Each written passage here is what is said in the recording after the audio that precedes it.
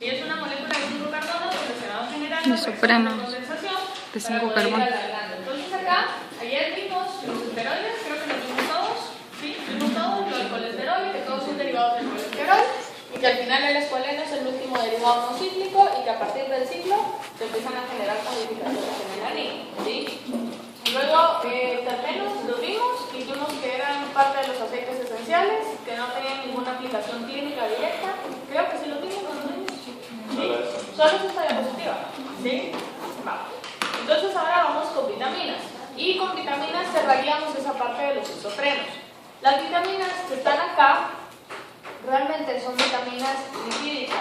Vamos a ver vitaminas en un capítulo cuando veamos enzimas. Antes de ver enzimas vamos a empezar a ver vitaminas primero, porque las vitaminas le dan origen a muchos cofactores enzimáticos. Vamos a hablar de qué es un cofactor enzimático más adelante. Lo que quiero que vayan viendo es que es necesario consumir vitaminas porque son precursores que nosotros no sintetizamos.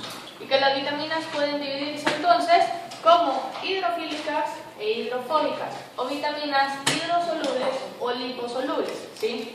Las vitaminas que vamos a ver en esta clase son las liposolubles, porque todas las hidrosolubles las contemplamos en otra clase. De hecho, en esa clase creo que volvemos a mencionar estas vitaminas otra vez. O sea, ahorita solo es generalidades para que sepan que algunas vitaminas también son lípidos. Si se recuerdan, en la primera diapositiva de esta clase decíamos, los lípidos al final lo único que tienen en común es que son no polares, porque todos tienen estructuras muy distintas, no siguen un patrón en particular. Estos menos porque no son derivados de ácidos grasos. Se recuerdan que todos los que vimos antes se derivaban de ácido graso, o sea, tenían un ácido graso en estructura. Estos ya no, ¿sí? Estos solo van siendo repeticiones, en este caso de isopreno, para llegar a la estructura. Entonces, las vitaminas son compuestos esenciales para la salud del ser humano y de otros vertebrados. Y son esenciales porque son moléculas que no podemos sintetizar, ¿sí? O necesitamos un precursor más bajo para poder sintetizar a partir de ellas compuestos más complejos. No son sintetizados por animales y por lo tanto deben ser obtenidos en la dieta. Si se recuerdan, hablábamos de ácidos grasos esenciales, hablábamos de aminoácidos esenciales. Estas son vitaminas, todas son esenciales, ¿sí? No podemos sintetizar una sola vitamina, a excepción de la vitamina D y a excepción del lipoato, que lo vamos a ver más adelante. Esas son las dos excepciones. De lo contrario, podemos sintetizar, no podemos sintetizar ninguna de las demás. Entonces acá está. Las hidrosolubles son la vitamina C, que es lo mismo que el ácido ascórbico. Lo digo porque hubo gente en el examen que puso la vitamina C le da origen al ácido ascórbico, ¿sí? Entonces sepan que desde ahí empiezan a perder un par de puntos por incoherentes, ¿sí? La vitamina C es el ácido ascórbico. Luego entonces, están todas las vitaminas del complejo B, que van desde el B1 hasta el B12, ¿sí? Y en esta categoría está contemplado el lipoato. Son un complejo porque tienen características similares, pero al final cada vitamina es completamente individual e independiente entre sí. Todas estas son las hidrosolubles, les dije, no están en esta clase, sino tenemos una clase y un capítulo destinado exclusivamente para esto. Las que me interesan en esta clase son las liposolubles, que son estas 4, A, D, E y K, ¿sí? Si son liposolubles, quiere decir que pueden disolverse en tejido adiposo. Quiere decir que las personas que van siendo obesas o que van teniendo sobrepeso tienen mayor reserva de estas vitaminas. Esto hace una diferencia bien drástica en la vida media de una vitamina. ¿Qué es la vida media? ¿Cuánto tiempo sirve? ¿Por cuánto tiempo sirve? ¿Por cuánto tiempo sirve? ¿Por cuánto tiempo está disponible para servir? ¿Sí? Desde que la comemos, digamos, hasta que la logramos desechar. ¿Quién tiene una vida media más prolongada? ¿Las liposolubles o las hidrosolubles? Liposolubles. Las liposolubles, porque pueden almacenarse en tejido adiposo. ¿Qué pasa con las hidrosolubles? ¿Cada cuánto habría que consumirlas? Todos los días, ¿sí? Porque se filtrarían y entonces serían excretadas a nivel renal y por lo tanto no estarían disponibles de aquí a una semana si solo las comemos un día, ¿sí? Entonces eso hace una diferencia en cuanto a los requerimientos dietéticos. Las vitaminas hidrosolubles es necesario consumirlas todos los días y las liposolubles no. ¿Por qué? Porque ya dijimos que pueden almacenarse en grasa. Mientras más grasa tengamos, más almacén de proteína vamos a tener. Ojo, esto a la vez puede empezar a crear algunas deficiencias de vitaminas, porque puede ser que la vitamina se almacene en la grasa y no esté disponible a nivel sanguíneo, ¿sí? Entonces eso puede crear a veces Y uno ve a la persona y dice, no puede ser que tenga deficiencia de vitaminas, ¿sí? Pero realmente pasa por eso, ¿sí?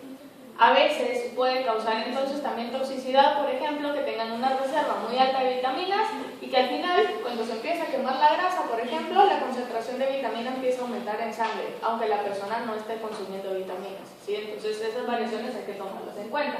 Entonces, la vitamina D, creo que ya lo saben, que se sintetiza por ruptura del anillo en cuanto a la luz solar, y por eso sí la podemos sintetizar. Quiere decir que lo único que nosotros tenemos que tener es el 7-dihidrocolesterol, ¿sí? Si tenemos esto y se rompe con la luz ultravioleta, entonces le podemos dar origen a la vitamina D3, que es el colicalciferol.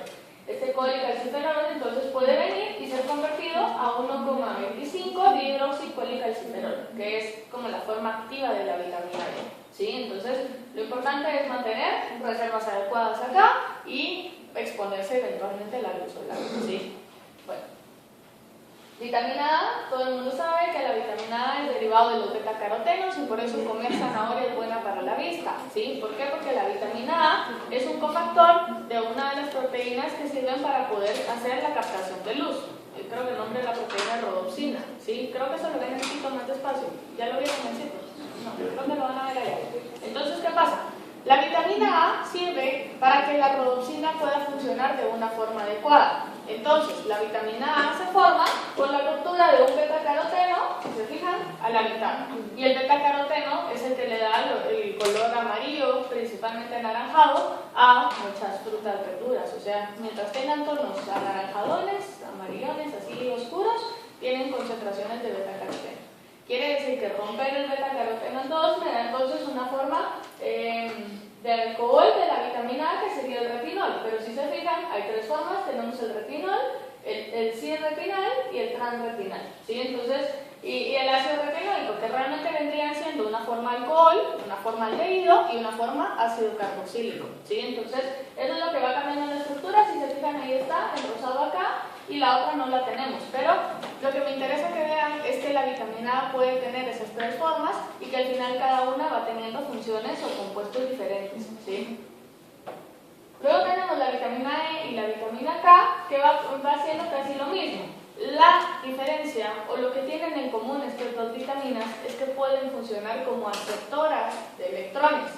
Si pueden funcionar como aceptoras o dadoras de electrones, sirven para poder estabilizar radicales libres. Si estabilizan radicales libres, ¿cuál es la definición de un radical libre?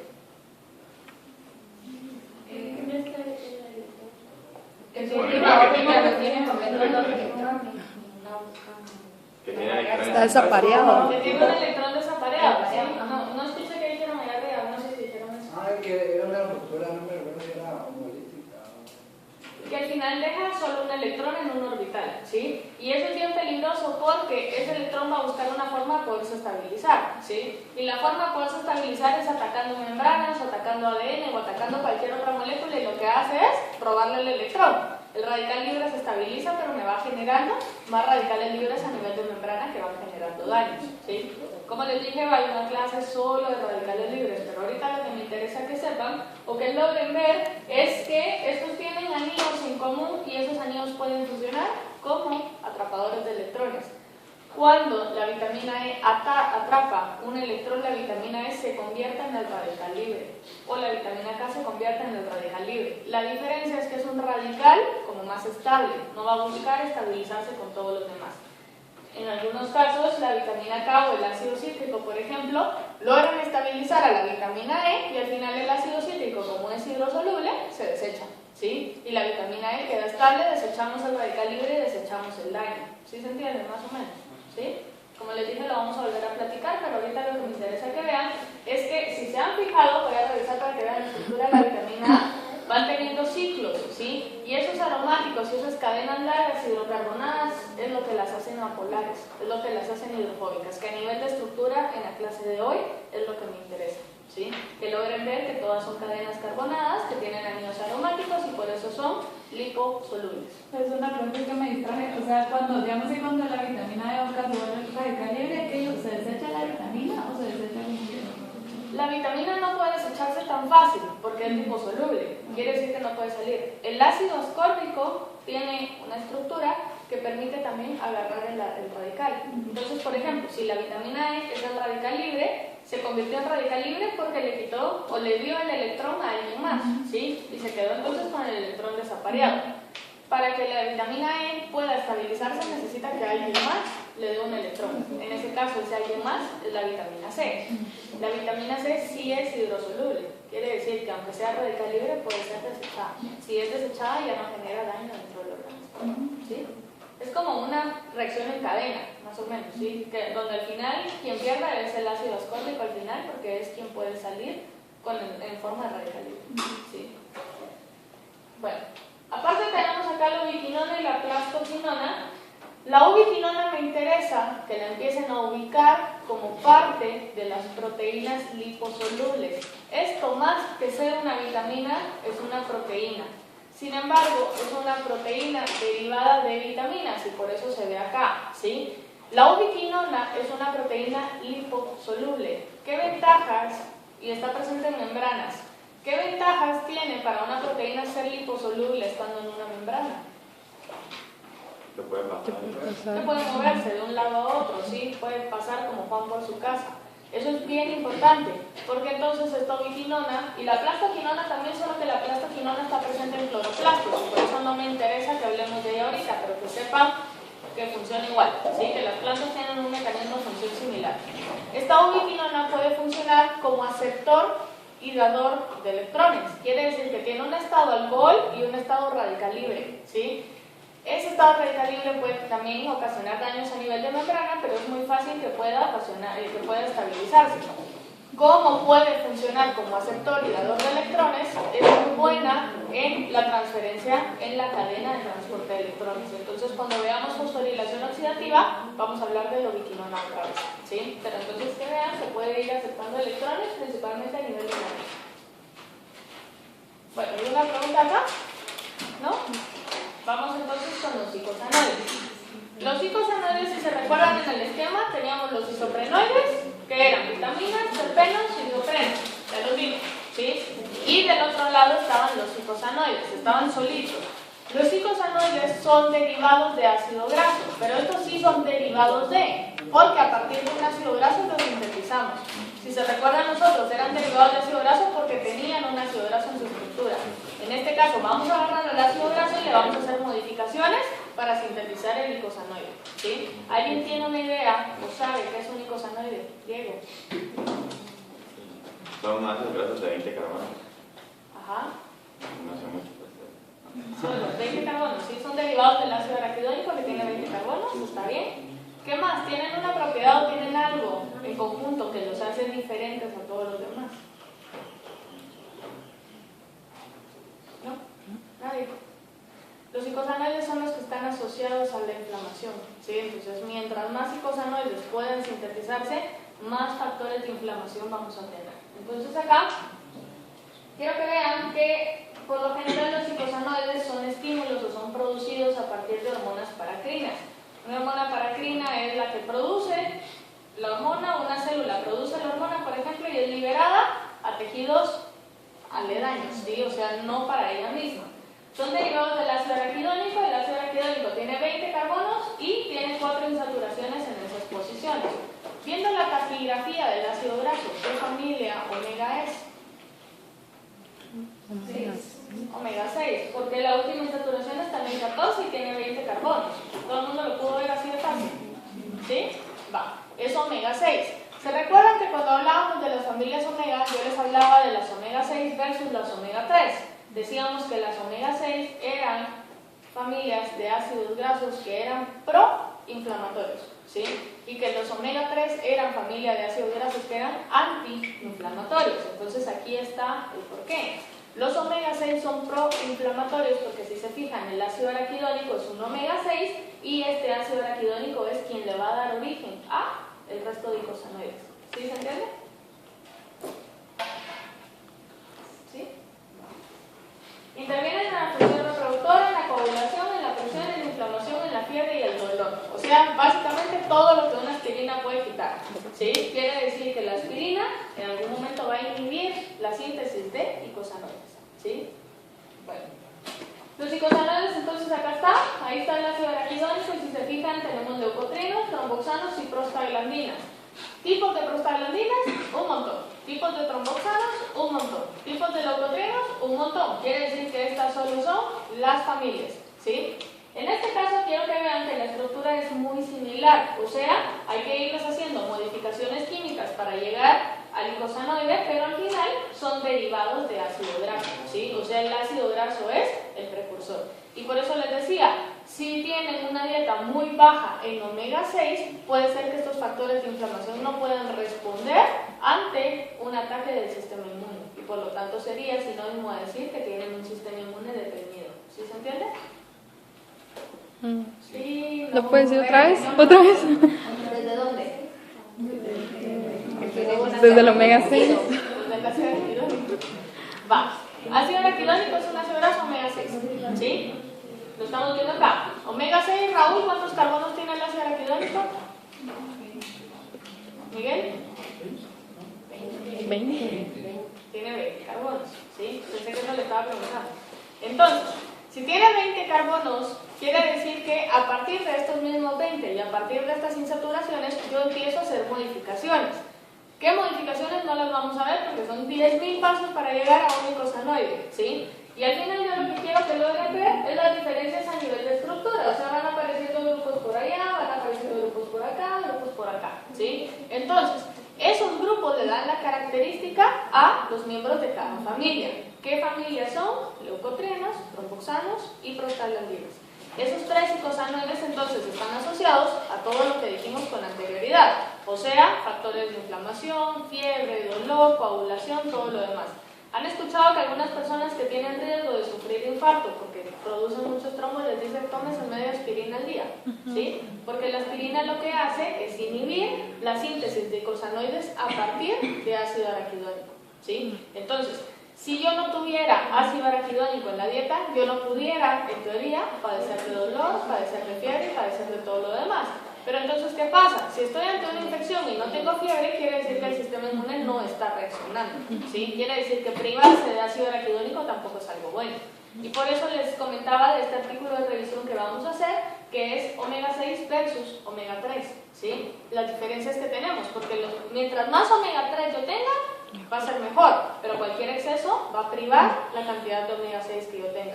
Cualquier exceso de omega 6 me puede generar a mí el efecto contrario a un sistema inmune deprimido, o sea, un sistema inmune sobreexpresado, ¿sí? Que cualquier cosa cause inflamación, que cualquier cosa cause dolor, ¿sí? Entonces ahí es donde la dieta y el estilo de vida saludable entran en juego. ¿Sí se entiende ahora? ¿Sí? Va. Entonces, en general acá está a qué se dedica cada familia. Los tromboxanos intervienen en la formación de coágulos sanguíneos, principalmente el tromboxano A2. El tromboxano A2 lo vamos a ver cuando veamos cascada de la coagulación, porque vamos a ver cascada de la coagulación, ¿sí? Entonces, ¿qué es lo que pasa? Vamos a ver específicamente en dónde es que actúa, qué factores son los que estimulan que en ausencia de tromboxano A2 ustedes no pudieran coagular, ¿sí? Entonces era lo que les decía, si se privan de ácidos grasos omega 6 de la dieta, la coagulación también va a ser deficiente, ¿sí? Luego tenemos entonces prostaglandina E2, que si se fijan funciona en la constricción de vasos sanguíneos. Esto ya es más fisiología, o sea, no lo vamos a ver, pero que tomen en cuenta que igual si se privaran en la dieta de ácidos grasos omega 6, esa constricción de vasos sanguíneos no pudiera ser efectiva. Ahora vean acá los leucotrienos. Los leucotrienos son mediadores de la contracción de músculos lisos, o sea, necesitan consumir ácidos grasos omega 6. Lo malo y la propaganda actual es en contra de consumir un exceso de ácidos grasos omega 6, ¿sí? Pero se los venden como que fuera algo malo. Entonces acá está, puede llegar a provocar constricción bronquial, quiere decir que inhibiendo la síntesis de leucotrienos, yo puedo generar un buen blanco terapéutico para una persona asmática. ¿Por qué? Porque se dejaría de comprimir este músculo. ¿Sí se entiende? ¿Sí? Entonces, aquí está básicamente lo mismo que les he dicho, solo que de forma más detallada. Las prostaglandinas regulan la síntesis de la molécula mensajera AMP cíclico. Vamos a ver más adelante cómo se produce el AMP cíclico. Algunas funciones, ahí está, lo de las conversiones de músculo liso. Si también participa en la regulación del ciclo del sueño. Tromboxanos actúan principalmente a nivel de coagulación y leucotrieno, lo que les decía, contracción del músculo principalmente a nivel bronquial. ¿Sí? Esto es lo mismo en la diapositiva anterior. Bueno, entonces, ¿cómo actúa la aspirina? Y esto es bien importante. Cuando veamos síntesis vamos a ver que es una enzima que es la ciclooxigenasa. ¿Sí? La ciclooxigenasa es una enzima que le va generando todas las modificaciones al ácido araquidónico para sintetizar el leucotrieno o el tromboxano o la prostaglandina. ¿Sí? Entonces, vamos a ver que de hecho los leucotrienos no la tienen, pero en general ahorita lo que yo quiero que vean es que con esto yo puedo venir y puedo empezar a inhibir la síntesis de los icosanoides. ¿Qué les dije que no? Los leucotrienos no. ¿Por qué? Si alguien es asmático acá, si toman aspirina no se les quita el asma, porque la aspirina no actúa a nivel de síntesis de leucotrienos, solo actúa a nivel de prostaglandinas o a nivel de tromboxanos, y por eso actúa en la coagulación y actúa en la inflamación, porque las prostaglandinas son los principales icosanoides de la inflamación. Entonces acá está, hay un montón, todos estos que les puse acá son fármacos que actúan inhibiendo la actividad ciclooxigenasa. Si yo inhibo esta enzima, el ácido araquidónico se queda como ácido araquidónico, ya no puede pasar a prostaglandina ni a tromboxano. ¿Sí se entiende? ¿Sí? Ahora, ¿qué pasa? Algunos esteroides pueden venir y pueden inhibir la síntesis de icosanoides. Tenemos la prednisona, la prednisolona, que son potentes antiinflamatorios. No sé si alguien tiene idea de qué es la prednisona, ¿la habían escuchado antes? ¿Para qué sirve? Mónica. No sé, la he escuchado, pero no sé para qué. ¿Saber para qué? La prednisona es un esteroide, ¿sí? Si se fijan, no estamos viendo esteroides ahorita, ya los vimos, vamos a ver icosanoides. Pero la prednisona es un esteroide que tiene la capacidad entonces de inhibir la liberación de ácido araquidónico por la fosfolipasa A. ¿Se recuerdan qué hacía la fosfolipasa 2? ¿Qué hacía? El ácido graso del carbono 2, ¿sí? Quiere decir que si yo estoy inhibiendo la liberación del ácido graso, indirectamente estoy inhibiendo la liberación de ácido araquidónico. Acuérdense que el ácido araquidónico es insaturado o saturado. Insaturado. Y por lo general tienen un ácido graso insaturado en la posición 2. ¿Sí? Quiere decir que si yo inhibo a la fosfolipasa A2, yo ya no puedo cortar ese ácido graso. Si yo ya no corto el ácido araquidónico, yo ya no puedo sintetizar icosanoides a partir de ese ácido graso. ¿Sí se entiende? Al final, ¿qué estoy haciendo? Disminuyendo la respuesta inmune, porque no hay inflamación, no hay fiebre, no hay dolor, etc. El problema es que por ser un esteroide actúa de una forma mucho más rápida, ¿sí? Y al final la prednisona lo que hace es disminuir casi por completo la respuesta inmune. Entonces, ¿en qué casos se administran prednisonas o prednisolonas? Por ejemplo, cuando haya alguna enfermedad autoinmune. ¿Saben qué es una enfermedad autoinmune? ¿Qué es? Nosotros mismos. Anticuerpos contra el mismo organismo, ¿sí? Contra alguna parte, contra mitocondrias, contra peroxisomas, contra membrana lipídica, dependiendo de cuál sea el autoinmune.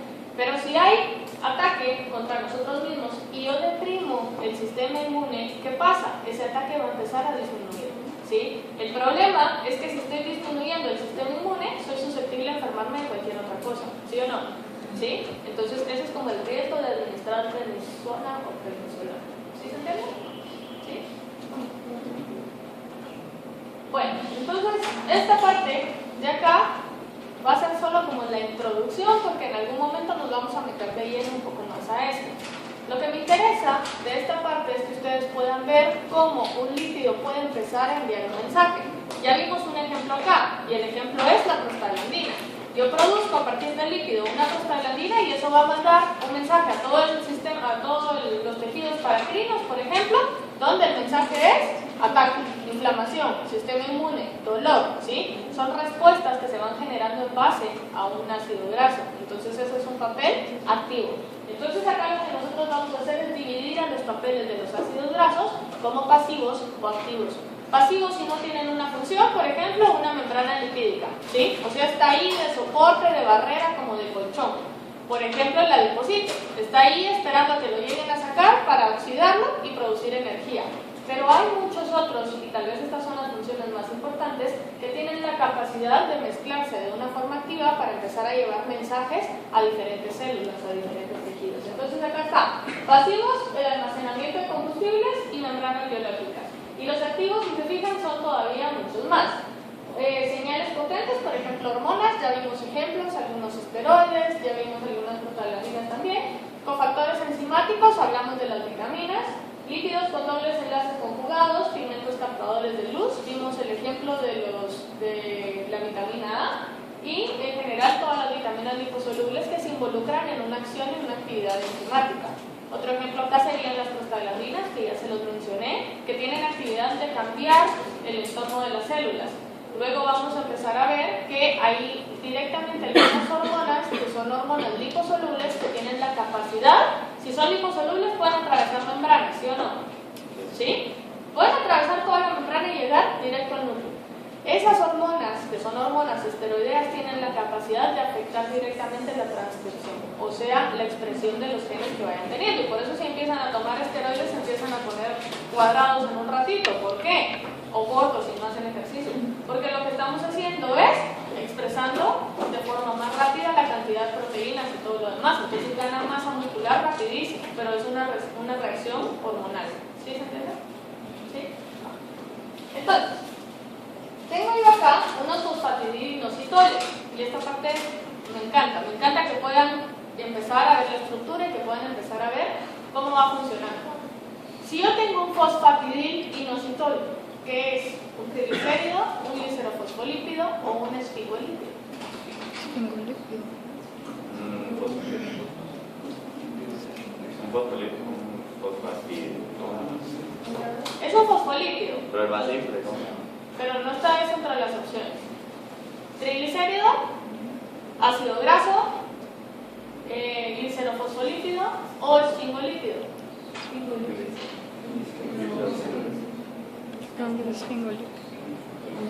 Gliceros. ¿Qué me dijo? Glicerofosfolípido. Glicerol. No sé. Glicerofosfolípido. ¿Quiénes tienen glicerol?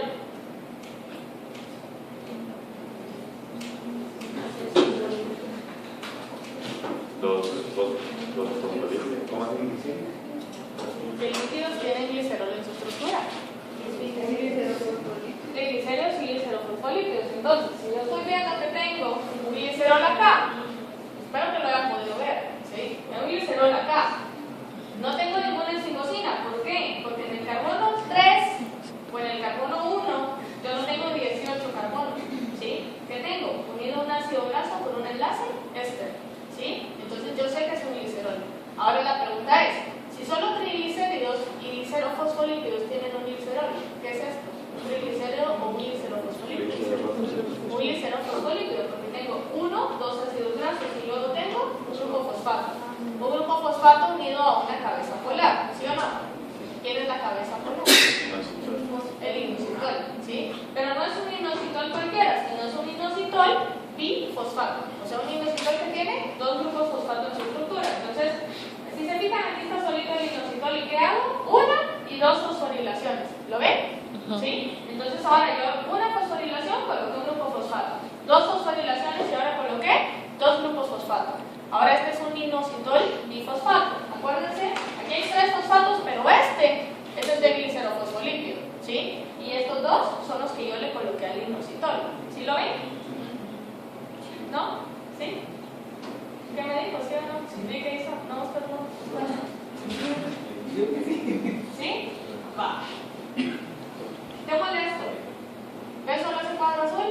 Ese, ¿qué es? No es pensado, hexágono. ¿Sí lo ven? Ese es el inositol. Va. Este no, porque este era de glicerofosfolípido. Entonces, este es de glicerofosfolípido y ahora le agregué un fosfato. Este es de glicerofosfolípido, este ya se lo había agregado y ahora le agrego el segundo. Va. Participan en la regulación del metabolismo. Fosfoinositol fosfato y fosfoinositol bifosfato son producidos por fosforilaciones del fosfoinositol. ¿Sí se entiende esto? ¿Sí? O sea, fosfoinositol, PI. PIP, PIP2. ¿Sí? Donde la P es un grupo fosfato. Pueden romper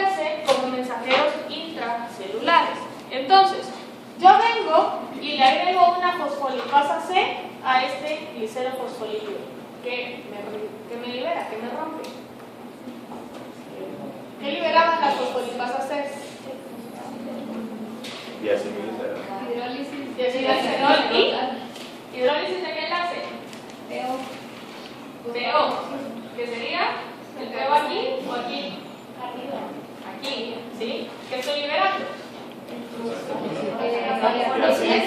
Diacilglicerol y un PIP3, ¿sí? Ahora es un inositol trifosfato. ¿Sí lo ven? ¿Sí? Quiere decir que agregándole una fosfolipasa C, aquí está, recordarles que la fosfolipasa C corta acá. Ustedes ya lo sabían puesto, solo es como modo de que se recuerden que la C corta acá. No es lo mismo cortar acá que cortar acá, porque si yo corto acá, ¿qué libero? Toda la Con el cadena. fosfoinositol. ¿Qué liberaría? PIP2, PIP, PIP3, PIP2. Pero si yo corto acá, libero el PIP3, ¿sí? Y dejo mi diacilglicerol. Entonces, básicamente, eso es lo que está pasando acá. Yo le agrego una fosfolipasa C y libero el PIP3 y el diacilglicerol. Y si se fijan, esto activa más proteínas y esto libera, abre los canales de calcio a nivel de retículo endoplasmático, ¿sí? Por el momento ahí lo vamos a dejar. Después vamos a ver qué desastre puede ocasionar eso en las células, ¿sí? Va a empezar a activar, por ejemplo, glucólisis, o activa gluconeogénesis, o activa, ¿qué es lo que va activando? Pero eso lo vamos a ver de aquí a un mes, 2 meses, o tal vez el otro semestre. Entonces, ¿qué es lo que pasa? Si no se acuerdan cómo actúa la fosfolipasa C, si no se acuerdan que el inositol era una cabeza polar que podía sufrir fosforilaciones, les va a costar un poco más entenderlo, ¿sí? Entonces, saber, por lo menos de aquí a 3-4 meses, si no se acuerdan, saber en dónde irlo a buscar, ¿sí? Bueno, entonces, luego tenemos acá otros líquidos, y esto es bien interesante, se los puse por cultura general, ¿sí? Porque de esto no me interesa que se lo sepan, lo anterior sí.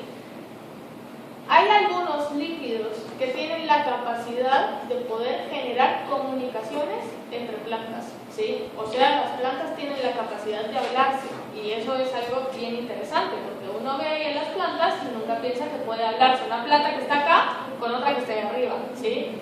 El olor que produce una planta está relacionado a esos mensajes extracelulares que se están enviando. Entonces hay 2 ejemplos acá. Tenemos el jasmonato que actúa en defensa de las plantas en respuesta a lesiones causadas por insectos. O sea, llega un insecto, se para en el jazmín empieza a producir jasmonato y el resto de las plantas que están alrededor saben que hay insectos por ahí, ¿sí? Entonces eso empieza como a estimular sistemas de reparación, sistemas de defensa en la planta, ¿sí? ¿Por qué? Porque una planta que sufrió daño les está avisando a las demás, y eso es lo que produce el olor. Interesante, ¿sí o no? ¿Sí? Hay otro, por ejemplo, el prasinólido, que es un regulador del crecimiento en plantas vasculares. O sea, en este caso no es comunicación, sino lo que quiero que vean es como el análogo a los esteroides para las plantas. Si ustedes le empiezan a agregar prasinólido a una planta, van a tener una plantona, ¿sí? ¿Por qué? Porque va a empezar a crecer un montón, porque es estimulador del crecimiento, ¿sí? Bueno. ¿Alguna pregunta hasta acá? ¿No? Bueno, entonces ahorita los necesito así como frescos de la mente. Hay algunos defectos en el metabolismo de los líquidos, y en la clase de ayer les mencionaba algunos líquidos que pueden empezar a acumularse. Me recuerdo que les hice la analogía con la amiloidosis. ¿Qué pasaba cuando un líquido no podía degradarse, Raúl? ¿Sí que? Se acumulaba. Se acumulaba, ¿sí? Si se acumulaba, iba a depender en qué tejido se acumulara, el efecto que causara. Si se acumulaba en el sistema nervioso central, digamos que está muy relacionado a producir retraso mental, ¿sí? Entonces, va a depender de qué líquido sea el que se esté acumulando. ¿Por qué me interesaría a mí, si al final todos producen retraso mental y todos son el mismo líquido, por qué me interesa a mí conocer qué líquido se está acumulando? Porque puede, en cuál puede actuar. Ajá. Porque se dijo ayer pues de que eso se podía prevenir si usted se daba cuenta rápido de cuál era, y en base a eso daba un tratamiento. Exacto, el tratamiento, esa es la clave. Si yo no sé qué líquido se está acumulando, yo no puedo tratar, ¿sí? Para poder tratar, yo necesito hacer el examen del líquido que se esté acumulando. Y si no conocen estructuras de líquidos, les van a estar hablando en gallo cuando estén tratando enfermedades como esta, ¿sí? Entonces acá, lo que me interesa que vean es esta tabla, que aunque se vea un poco fea, realmente tiene información valiosa, ¿sí? Tenemos acá en la primera columna la enfermedad. Si se fijan, les puse enfermedades en recuadros, o sea, todas estas y las de abajo que son enfermedades que se tienen que saber, ¿sí? Luego les puse la enzima defectuosa y luego les puse el líquido que se está acumulando. Entonces quiero que se fijen en algo. Cuando la beta-galactosidasa no sirve, el líquido que se acumula es GM1 gangliósido. O sea, es un gangliósido de la serie GM1. ¿Qué era un gangliósido? Era esto, fosfolípido, triglicérido, ácido graso. Se los estoy poniendo para que se den cuenta qué tienen que saber en el examen. Si no saben diferenciar por nombre una estructura, están mal, ¿sí? Es un esfingolípido. De los esfingolípidos habían 4 familias. Este es fosfolípido o es glucolípido.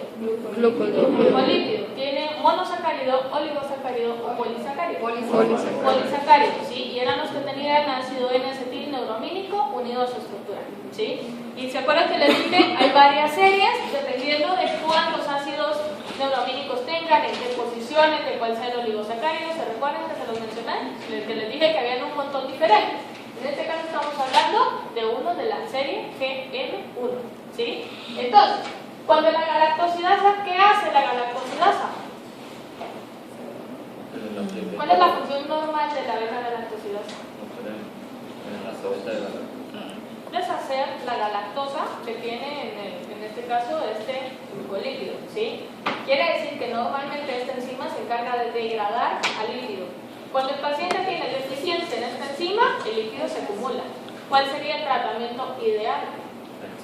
La enzima, ¿sí? Para todas las enfermedades donde hay deficiencia enzimática, el tratamiento ideal es la enzima. El problema es que ¿de dónde sacamos la enzima? ¿Sí? A veces el tratamiento enzimático es carísimo. ¿Por qué? Porque es una proteína sintetizada a nivel de laboratorio. ¿Se recuerdan cuando vimos aminoácidos? Decíamos, una proteína puede ser sintetizada de unos 100 aminoácidos con una exactitud casi perfecta, ¿sí? En muchos días. O sea, imagínense el costo de una proteína, ¿sí? Otra cosa sería como generar como extracciones de proteínas de otros pacientes o algo así, pero entonces imagínense la respuesta inmune ahí, ¿sí? Entonces, quiere decir que no es una cosa fácil de tratar y no para todas las enfermedades está presente la enzima para poder ser tratada. Quiere decir que no todos los defectos enzimáticos pueden ser tratados con la enzima. Cuando no puede ser tratado con la enzima, el problema empieza con cuáles pueden ser los efectos secundarios para el paciente, ¿sí? Porque en algún momento el líquido se va a seguir acumulando. Entonces ahí lo que nosotros tendríamos que hacer es empezar a disminuir las comidas que tuvieran este líquido, por ejemplo, o empezar a buscar otros mecanismos de degradación y así sucesivamente, ¿sí? Entonces, dependiendo de quién sea la enfermedad. Está la enfermedad de Tay Sachs, que esta es con deficiencia de la beta-N-acetil exosaminidasa A. ¿Sí? Es bien importante señalar que es la exosaminidasa A. ¿Por qué? Vean la enfermedad de Sanford. La enfermedad de Sanford es la N-acetil exosaminidasa A y la B. ¿Sí se dan cuenta? Quiere decir que en este caso de qué enzima estamos hablando es importante también, ¿sí? Entonces, esta lo que hace es acumular los gangliósidos de la serie GM2. Si se fijan, para el diagnóstico a su paciente no le interesa saber que se le está acumulando un gangliósido. Necesitan ustedes saber de qué serie. ¿Por qué? Porque si solo dicen que es un gangliósido, no es lo mismo tratar con una exosaminidasa A que tratar con una galactosidasa, ¿sí? Si es la serie GM2 y su paciente tiene Tay Sachs y ustedes le dan galactosidasa, va a seguir teniendo Tay Sachs, ¿sí? Si el paciente tiene, por ejemplo, GM1 gangliosidosis y ustedes le dan exosaminidasa A, no va a responder al tratamiento. Quiere decir que necesitan saber qué líquido se está acumulando. Por lo general, saber qué líquido se acumula lo podemos hacer cuando ya se acumuló, o sea, probablemente el tratamiento sea un poco inoportuno a esa altura, ¿sí? Se hacen por lo general de biopsias y a partir de ahí se puede saber cuál es el líquido que está acumulado, ¿sí? Dependiendo de dónde se esté acumulando también. Tenemos la enfermedad de Fabry, que es la deficiencia de la galactosidasa A, y tenemos Gaucher, que es la glucosidasa, y Nimatic, que es la esfingomielinasa. Entonces, si se fijan, Dependiendo de eso, es el líquido que se va acumulando. Entonces, básicamente acá tenemos como un poquito de todo. Tenemos acá gangliósidos, si se fijan acá, son ceramidas. Se recuerdan que la ceramida era la base estructural de todos los esfingolípidos. Quiere decir que casi todos estos son esfingolípidos los que se van acumulando. Luego tenemos esfingomielinas y por último solo son las ceramidas las que se acumulan, ¿sí? Entonces, saberse la estructura, saber ubicar cada líquido dependiendo de qué es lo que sea, según la clasificación que ya vimos. Por eso les digo, si hasta acá ustedes no saben reconocer estructuras, entender qué líquido se está acumulando va a ser más difícil, ¿sí? Entonces, tienen que pasar por el líquido. Bueno, y si se fijan abajo, el PM1 son gangliósidos y globósidos. ¿Quién degrada el globósido? La exosaminidasa A o la B. La B. La B, ¿sí? ¿Por qué? Porque arriba solo se acumulaban entonces los gangliósidos PM, ¿sí? Bueno, vamos a ver un poquito más de cerca algunas enfermedades que son como las más populares, ¿sí? Vamos a hablar de la enfermedad de Tay-Sachs. Tay-Sachs es una enfermedad genética, autosómica, recesiva al cromosoma 15. ¿Qué tengo? ¿Hombres o mujeres enfermos?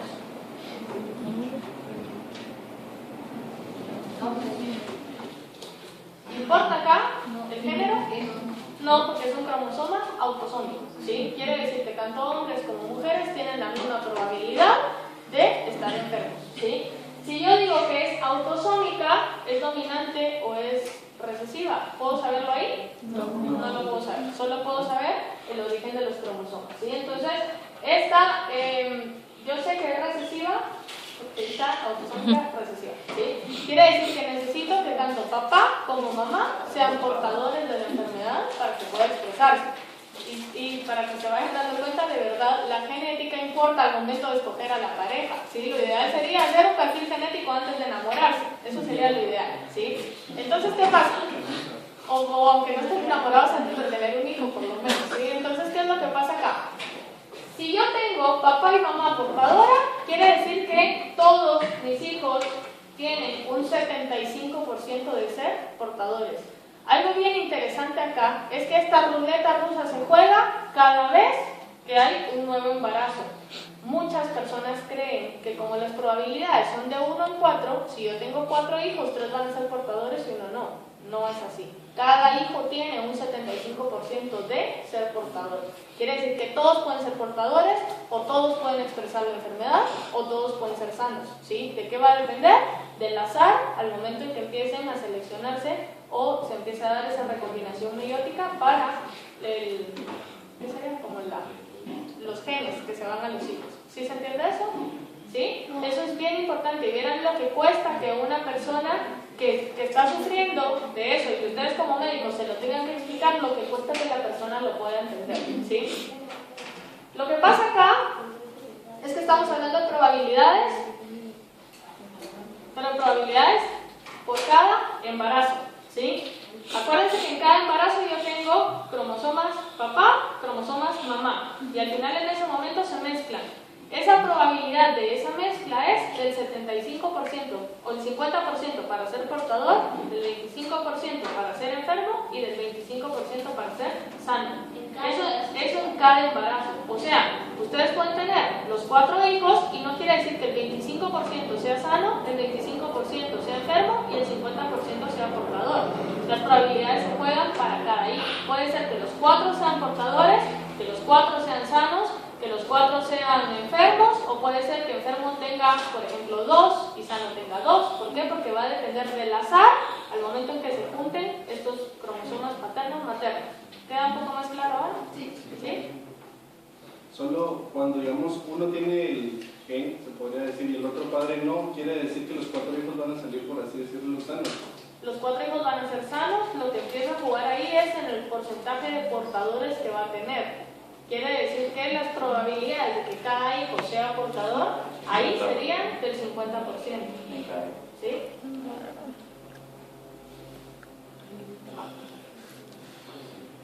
Esta es una enfermedad degenerativa del sistema nervioso central.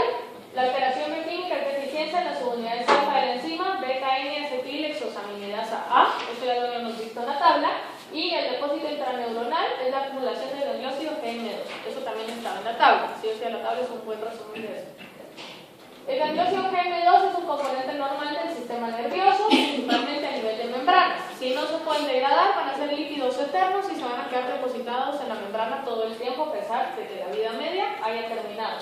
Representa del 1 al 3% del total de gangliosidos presentes en el sistema nervioso. Hablar del 1 al 3% no suena mucho, ¿sí? Pero estamos hablando de esa serie de lípidos individual. ¿Se acuerdan ayer que yo les iba enseñando la estructura y les iba diciendo cuántas ceramidas diferentes puedo tener? ¿Cuántos diferentes fosfatidilinos y toles puedo tener? ¿Cuántas fosfatidilserinas puedo tener? Eran muchísimas dependiendo del ácido graso que tuviera, ¿sí o no? Quiere decir que hablar del 1 o del 3% respecto a esa versatilidad de lípidos que yo puedo tener resulta un porcentaje alto. ¿Sí se entiende? Se lo digo porque a pesar de que ustedes lo vean como un porcentaje bajo, yo quiero que tengan en cuenta la diversidad de lípidos que tenemos y eso lo hace un porcentaje alto, porque los demás van a estar en 0.000 algo por ciento, ¿sí? Bueno, en esta enfermedad puede aumentar hasta el 90%. Imagínense, si no se puede degradar, la célula sigue sintetizando lo que va necesitando, porque en teoría ese mensaje de degradación se envió, ¿sí? Imagínense que del 1% aumente al 90%, estamos hablando de que la membrana está hecha casi que solo de este lípido. Y este lípido no es el encargado de mandar todas las funciones intracelulares. Ya vimos un ejemplo con el fosfatidilinositol, que yo tengo que cortar ese inositol trifosfato para que mande una señal dentro de la célula. Y si eso está en menos del 5%, ¿cuáles son las probabilidades que esa señal se mande? ¿Sí se entiende? Y eso solo es un ejemplo. Hay muchos lípidos que funcionan enviando señales intracelulares. Entonces, hablar del 90% ya es una completa exageración. La fisiopatología se da por la acumulación que hace que los lisosomas se hinchen y los tejidos se agranden. ¿Cuál es la función de un lisosoma dentro de la célula? Degradación, ¿sí? Degradación de lípidos, degradación de carbohidratos, degradación de proteínas. Si yo estoy degradando el lípido, acuérdense que la enzima que degrada es la exosaminidasa A, ¿sí? Y si el lisosoma lo va a degradar, ¿quién tiene la enzima? El lisosoma, ¿sí? Al momento que el lisosoma empieza a agarrar al lípido, el lípido se empieza a quedar dentro del lisosoma. Entonces, ¿qué pasa? Empieza a haber expansión lisosomal, ¿sí? ¿Por qué? Porque se está acumulando el lípido que no se puede degradar. Se empieza a dar muerte de células nerviosas, provocando ceguera, retraso mental y la muerte, ¿sí? Muchos pacientes mueren a temprana edad. Entonces, se clasifica como infantil, juvenil o adulta. ¿De qué va a depender? De la deficiencia enzimática. No es lo mismo decir que el 100% de mis enzimas no sirve a decir que el 80% de mis enzimas no sirve, a decir que el 20% de mis enzimas no sirve. ¿Sí se entiende? Mientras menos enzima tenga, más drástica va a ser la enfermedad. Quiere decir que a nivel enzimático, la diferencia entre una adulta y una infantil sería el nivel de enzima deficiente o el tratamiento paliativo que pudo haberse dado en caso no se administraron enzima. ¿Cuáles serían, por ejemplo, los factores de riesgo y todo lo demás, dependiendo de cómo se vaya dando la asimilación? Entonces, hay una triada de síntomas que son característicos de estos pacientes. Esto es algo bien interesante de todas las enfermedades genéticas. Todos los pacientes, aunque no sean cercanos o con parentesco similar, todos tienen un fenotipo bastante similar. El ejemplo tal vez más fácil de entender es comparar a dos niños con síndrome de Down, por ejemplo, que son de papás diferentes, de pueblos distintos, no se conocen y tienen un fenotipo muy parecido, como que fueran hermanos. ¿Por qué? Porque el cromosoma hace que el fenotipo se exprese de una forma particular. ¿Sí se entiende esto? ¿Sí? Entonces, dentro de la triada de síntomas, que son las que van expresando parte del fenotipo, está la detención de los procesos mentales, debilidad progresiva de todos los músculos generando parálisis y una ceguera progresiva. La ceguera es quizá el síntoma o el signo que puede empezar a observarse desde temprana edad. ¿Sí? O sea, los niños van perdiendo la vista muy fácilmente. Entonces, acá hay algo importante. Si se dan cuenta, cuando ustedes levantan a un niño, por ejemplo, la cabeza debe ir con el cuerpo, ¿sí? Cuando hay debilidad muscular, por lo general la cabeza se va, o si le sueltan el brazo cae de una vez. ¿Por qué? Porque no hay tono muscular. Eso es una forma de poder diagnosticar este tipo de enfermedades. El cuadro clínico, más o menos a los 6 meses de vida, el desarrollo normal, y luego aparece una detención en el desarrollo. O sea, a los 6 meses la niña venía bien. Empezó a sentarse, empezó a tratar de querer gatear, pero ¿qué pasa? A los 6 meses A los 6 meses empiezan, por ejemplo, a salir los dientes, el niño ya se sienta solo, el niño empieza a gatear, el niño empieza como a querer hablar y todo eso no pasa. Entonces, ¿qué está pasando? Hay retraso en el desarrollo, ¿sí? A simple vista uno no lo puede ver, sino esto va siendo crónico conforme cada vez se vaya acumulando más porcentaje de líquido. Al primer año de vida puede observarse una vida vegetativa en caso fuera un Tay-Sachs infantil. La mayoría de Tay-Sachs son infantiles. Fallecen a los 2 o 3 años de aparición de los síntomas, quiere decir que los pacientitos llegan a vivir un máximo de 5 años, ¿sí? Esto asumiendo de que nunca se le diagnosticó la enfermedad, nunca se le dio ningún tratamiento y nunca nada. Y el estilo de vida completamente diferente. Pero imagínense, piensen en un bebé, ¿qué tanto pueden variar el estilo de vida de un bebé? O sea, la vida de un bebé es comer, dormir y bañarse y hacer sus necesidades y todo lo demás. O sea, no pueden como ponerlos a hacer ejercicio y ese tipo de cosas, ¿sí? No funciona ahí. Entonces, es bien triste, ¿sí? Es bien triste y si lo piensan, los papás se les muere un hijo, por ejemplo, llegan a tener otro hijo y se vuelven a jugar la ruleta rusa con las probabilidades de que vuelva a salir con Tay-Sachs, ¿sí? Y eso es lo que cuesta que los padres lleguen a entender en algún momento. Imagínense lo duro que sería para una pareja decirles, mire, por favor ya no tenga hijos porque van a seguir saliendo enfermos, pues. Imagínense, o sea, no es de decirlo solo así, ¿no? Tienen que como que buscar la forma de decirlo y la forma que la pareja entienda que realmente hay un porcentaje muy alto de posibilidades de que su hijo nazca enfermo. Y era lo que les explicaba hace un rato, que entiendan que se juegan las posibilidades en cada embarazo, ¿sí? No porque lo leen que la probabilidad es de 1 o del 25%, y entonces dicen, bueno, que se mueran 3, por ejemplo, y el otro ya queda vivo, ya, o algo así, por ejemplo, se los juro, es bien difícil, ¿no? Traten de imaginar. El cuadro clínico sería la incapacidad de seguir con la mirada. ¿Por qué? Porque ya dijimos que iba haciendo una ceguera progresiva, ¿sí? Entonces ustedes le están haciendo baibulla al bebé, están jugando con el bebé y el bebé en otro mundo, ¿sí? ¿Por qué? Porque no los está viendo. Pérdida de la capacidad de sostener la cabeza, ya explicamos por qué. Pérdida de la tonicidad muscular, la ceguera precoz, respuesta normal con sobresalto de estímulos sonoros. Cuando un sentido empieza a fallar, los otros sentidos empiezan a agudizarse, ¿sí?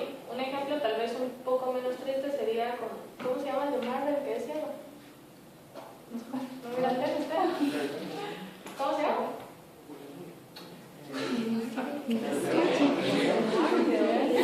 ¿Quién es ciego? ¿Saben quién es?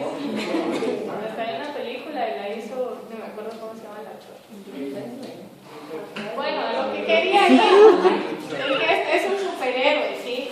Entonces, el superhéroe no ve porque es ciego, pero cada vez que rebotan sonidos él puede ver como la imagen con el sonido, ¿sí? Sí, Ben Affleck, creo. Ben Affleck hizo la película, ¿sí? Ajá. Que... Ajá, está en Mr. Ah, pues ese superhéroe resultado de... La cosa es que, a lo que voy a ir regresando con el bebé, ¿sí? Si el bebé no ve, el sentido del oído empieza a agudizarse. Quiere decir que un ruidito, una bulla pequeña va a asustar al bebé, ¿sí? Y ese es el sobresalto con el estímulo sonoro del que les estoy hablando, ¿sí? Y por último, empiezan a haber convulsiones, porque recuérdense que el defecto es a nivel del sistema nervioso central. Quiere decir que las convulsiones ya es una etapa un poco avanzada de la enfermedad, ¿sí? El diagnóstico, pues primero la historia familiar, o sea, si yo tuve 3 hermanos y los 3 se murieron, por ejemplo, estaban enfermos o mi mamá le costó un montón tener hijos, a partir de ahí empieza a venir la historia familiar. El cuadro clínico con todo lo que ya hablamos y la mancha rojo cereza en el fondo de los ojos. Creo que en semiología les enseñan a hacer eso, ¿ya lo saben hacer? Ya lo van a aprender a hacer. ¿Sí? Generalmente cuando yo daba esta clase ya lo sabían hacer, pero como ahora todo va antes, entonces... les ponen como una linterna en el ojo y ven el fondo del ojo, por eso se llama así, ¿sí? Entonces ven una manchita rojo cereza, que sería esa de ahí, esa es bien característica de los pacientes que tienen Tay-Sachs. Lo importante para el diagnóstico no es solo ver el cuadro clínico y ver todo lo demás, porque como vamos a seguir viendo los demás días, hay muchos signos que se parecen con todas estas enfermedades, porque todas son muy similares. Aquí lo importante es confirmar la actividad de la exosaminidasa A y la exosaminidasa B. ¿Cuál es la deficiente en esta enfermedad? La A. ¿Por qué tengo que confirmar la B? Porque en Sanhoff estaban deficientes las dos. O sea, saber que está deficiente en la A no me garantiza que sea Tay-Sachs. Puede ser Sanhoff también, ¿sí? Aumento del PN2 en la biopsia cerebral, principalmente a nivel lisosomal, ya explicamos por qué. Y el tratamiento va a ser sintomático. Si el tratamiento es sintomático, ¿existe o no la enzima para tratar? No existe. ¿Sí? Quiere decir que si el bebé tiene Tay-Sachs, probablemente va a morir antes de cumplir los 5 años. Llegue a los 6, a los 8. Al menos que sea un Tay-Sachs adulto. ¿Sí? Bueno, ¿alguna pregunta hasta acá? Pero, ¿cómo puede haber un Tay-Sachs adulto si...? Pues era lo que les hablaba del porcentaje de enzima ya. que tenga. ¿Sí? Ya. Dependiendo de eso. Ah, ya. Puede llegar a ver, la diferencia es que en el adulto va a ser más difícil diagnosticarlo. ¿Sí? ¿Por qué? Porque va a ir siendo más crónico, los síntomas no van a aparecer más. ¿Sí? La mayoría son infantiles. Ah, ya. ¿Estamos bien acá? ¿Sí? Miren, les voy a dejar las hojas de trabajo. ¿Ustedes son de sí? Las primeras dos. Gracias. Espera. Ya me había pasado arriba porque se miraba bien. Oye,